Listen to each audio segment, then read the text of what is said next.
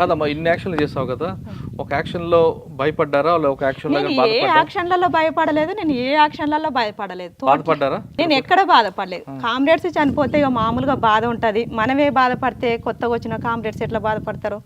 ఇక యుద్ధంలో సావడం గెలుపు అనేది సహజమే. అది నేను ఏ రోజు కూడా బాధపడలేదు, ఏ రోజు కూడా నాకు కన్నీళ్ళు రాలేదు. ఇప్పుడు నల్లమల్ల అడవులకి ఛత్తీస్గఢ్ అడవులకు తేడా ఏంటి?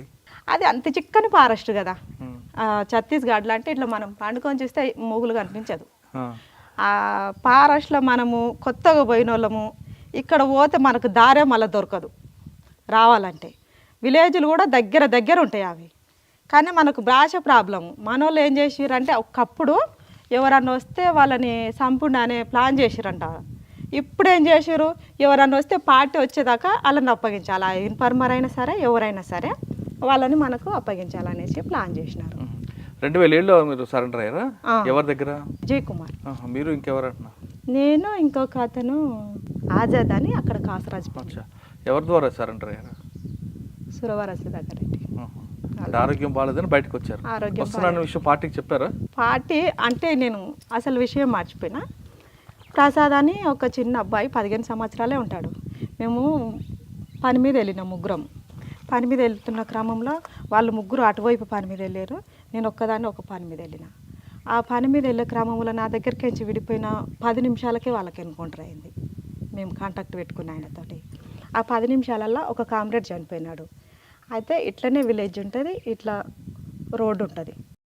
అయితే ఆ ఇంటికాడ నాకు కాంటాక్ట్ పెట్టారు. ఒకవేళ కాంటాక్ట్ మిస్ అయితే నువ్వు ఇక్కడ ఒక వారం రోజులైనా ఒక 3 రోజులైనా నువ్వు ఇక్కడనే ఉండి నేను కాంటాక్ట్ చేసుకుందాం అనేసి చెప్పిండు ఆ కామ్రేడ్. అయితే ఇంకా నేను అక్కడనే ఉన్నా. ఇంకా 3 రోజులున్నా 4 రోజులున్నా అక్కడ ఎక్స్పోజ్ అయిన ప్లేస్ అది. వాళ్ళు పనులకు వెళ్ళిపోతారు. ఆ ఇంట్లో వేసి నన్ను తాళం వేసి వెళ్ళిపోయేవాళ్ళు. వాళ్ళు వచ్చేదాకా బిక్మ అనుకుంటూ ఉండాలి ఇంకా దాంట్లో.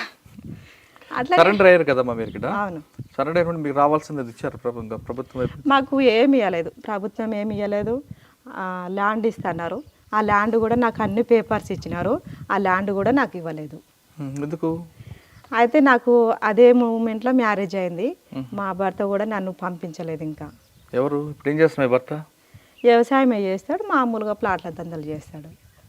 ఇప్పుడా?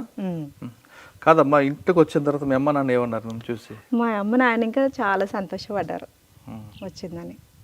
మా అమ్మ నాయన వాళ్ళకే మా కుటుంబంలోనే నన్ను పట్టించినారు. ఎవరు?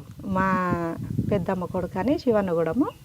ఇంకా కాంటాక్ట్ మిస్ అయిందని ఇంకా నేను అక్కడ చాలా రోజులు ఉన్నా. నాకు హెల్త్ కూడా బాగాలేదు, చీకటి అయింది, ఇక్కడ మా వాళ్ళు ఉన్నారని నేను అసలు వాళ్ళని ఎప్పుడో చిన్నగా ఉన్నప్పుడు మర్చిపోయినా, కానీ ఊర్లో మాత్రం పేరు గుర్తుకున్నది. ఆడికి వెళ్తే మా అమ్మకి మా నాయనకి మా అన్నలకి అందరికీ ఫోన్ చేసిండు ఇక్కడ చెల్లి వచ్చిందని. అక్కడ ఆయన సర్పంచ్గా ఉన్నాడు, అక్కడ పోలీసు వాళ్ళకు కూడా ఫోన్ చేసుకున్నారు. ఇంకా వాళ్ళు నన్ను అరెస్ట్ చేయలేదు. ఆయన మాట మీదకి వచ్చి ఆదిరెడ్డి అని ఉండే మాకు ఎస్ఐ నారాయణపూర్, అప్పుడు నేను చేసిన పీరియడ్లో ఆయన కూడా ఏమనలేదు. నన్ను తీసుకెళ్ళి సరెండర్ చేశారు. ఎస్పీ గారు ఏమన్నారు అప్పుడు? ఎస్పీ గారు ఇంకా అన్నీ అడుగుతాడు, ఇంకెక్కడెక్కడ పని చేసినావు, ఏమేం చేసినావు, ఎందుకు పోవాల్సి వచ్చింది అనేసి చాలా ప్రశ్నలు అడిగిండు. జైల్లో పెట్టలేదు కదా? జైల్లో ఏం పెట్టలేదు, కేసులు ఉన్నాయి నాకు పైన 20కి 10కి ఉన్నాయి అని చెప్పినారు పోలీస్ స్టేషన్లో. ఇవి ఎప్పుడైనా చేయొచ్చు అంటే ఎందుకు చేస్తారా అని అంటే, మరి నేను సరెండర్ అయినప్పుడు ఎందుకు పెట్టలే నా పైన, మరి నన్ను ఎందుకు ఇట్లా చేసారు, మరి ఎప్పుడైనా వెళ్ళిపోవచ్చు, ఎప్పుడైనా నీ పైన కేసులు పెట్టవచ్చు అని నాకు నారాయణపురం స్టేషన్లో ఉంది. అది ల్యాబ్లో ఉన్నాయి, దాంట్లో ఉన్నాయి, చూసినా నేను. కానీ నన్ను సరెండర్ అయిపోయిన తర్వాత వెంటనే పెళ్లి చేశారు అమ్మాళ్ళు? అంటే 1 year పట్టింది. అంతవరకు ఏం చేసావు? ఇంట్లో ఉన్నావా? ఇంటికాడనే ఉండేది. కానీ అప్పటికిప్పుడు కాంటాక్ట్ అవ్వలేదా వాళ్ళు? కాంటాక్ట్ అంటే ఇంకా నా జీవితం నేను జాగిస్తున్నా. నేను ఇంకేం కాంటాక్ట్ చేయాలంటే ఇప్పుడు ఉన్న సిచ్యువేషన్లో మనం ఎక్కడ కాంటాక్ట్ చేసినా కానీ వాళ్ళు పీడీ యాక్ట్ కింద కేసులు పెట్టి జైల్లో నూకే ప్రమాదాలు ఉన్నాయి. ఇప్పుడు పెళ్లి చేసుకున్న తర్వాత పెళ్లికి ముందే తెలుసా మీ ఆయనకి నువ్వు మాజీ అని? తెలిసింది. ఏమన్నారు ఆయన? అయితే ఆయన కూడా కొంచెం సానుభూతి పరుడుగా పని చేసిన అనేది చెప్పినారు, కానీ ఫుల్ టైమర్గా వచ్చింది ఏం లేదు.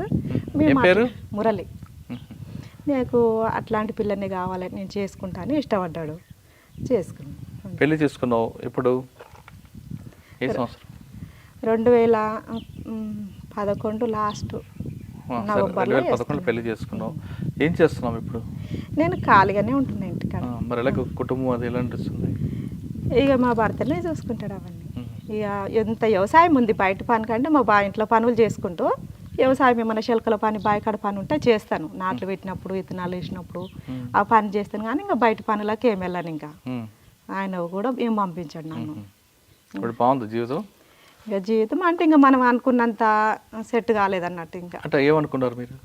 అంటే నేను ఒక లైఫ్లో ఉండాలనుకున్నా, ఇక అంత కాలేకపోతున్నాను. అంటే లైఫ్లో అంటే ఎలా? మంచిగా ఒక రేంజ్లో ఉండాలనేది కోరుకున్నాను నేను.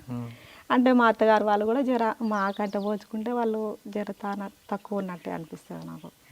పోనీ ఏదో మిమ్మల్ని అత్త మామ బాగా చూసుకుంటారు కదా మీ భర్త? బాగానే అంటే అట్లనే ఇంకా విలేజ్లో వాళ్ళు ఎట్టుంటారు మామూలుగా చూసుకుంటారు. బయటకు వచ్చావు కదా, అప్పుడున్న పరిస్థితులు వేరు.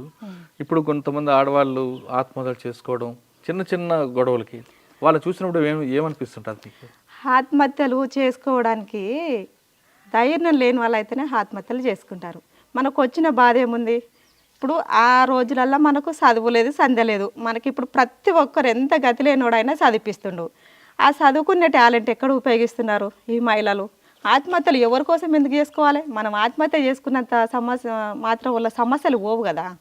మనము ప్రాణం ఉన్నంత వరకు దాన్ని అడిగి మనం కొట్లాడి సాధించుకుంటేనే మనం ఏదైనా జయించగలం. ఆత్మహత్యలు చేసుకుంటే మనము వాళ్ళకు పిరికి పందలైనట్టే. నేను దాన్ని ఎప్పటికీ సాధించాను. తల ఉన్నప్పుడు పాటలు పాడేవాళ్ళ? పాడేది. మంచి పాట పాడండి.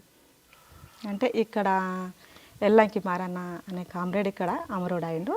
అంటే నేను పాటలకు కూడా 10 years బ్యాక్ అయిపోయినా. పర్వాలేదు, మీకు ఇప్పుడు గుర్తుంది, పాడండి. చిన్న చరణం పాడండి. ఓకే.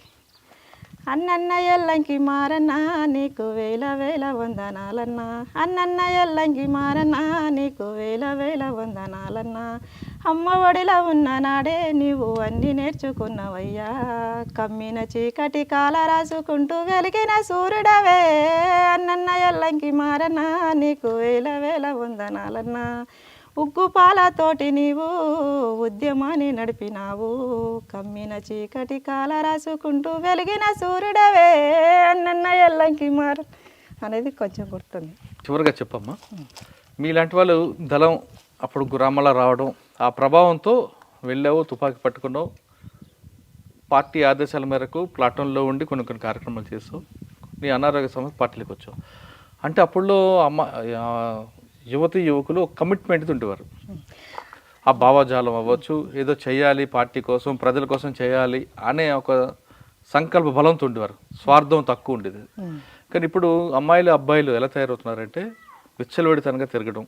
అంటే అందరూ కాదు, కొంతమంది సినిమాల ప్రభావం, సెల్ ఫోన్ల ప్రభావం, లేదా విలాసాలకి అలవాటు పడుతున్నారు. ఇది రాబోయే కాలంలో దుష్ప్రచారం అయ్యి నెక్స్ట్ జనరేషన్కి ఇబ్బంది పడే అవకాశం అనిపిస్తుంది. ఇటువంటి వాళ్ళని చూసినప్పుడు మీకేమనిపిస్తుందమ్మా? ఉన్న యువతి యువకులు ఆ బాటలో వెళ్లకుండా ఉండాలంటే మేము చెప్తాం. అంటే ఆ బాటలో వెళ్ళకుండా ఉండాలంటే వాళ్ళకు కూడా అంతరాత్మకు తెలిసి ఉండాలి, నేను ఇట్లా చేయకూడదు, ఇలాంటి పద్ధతిలో వివరించకూడదు, ఇది పద్ధతి కాదనేసి ఈ సినిమాలు అట్లనే తీస్తున్నారు. ప్రతి కూడా ఈ సమాజంలో ఈ జనరేషన్లో పాపలు కూడా అట్లనే ఇంత పిల్లలతోనే స్టార్ట్ అవుతున్నారు వాళ్ళు.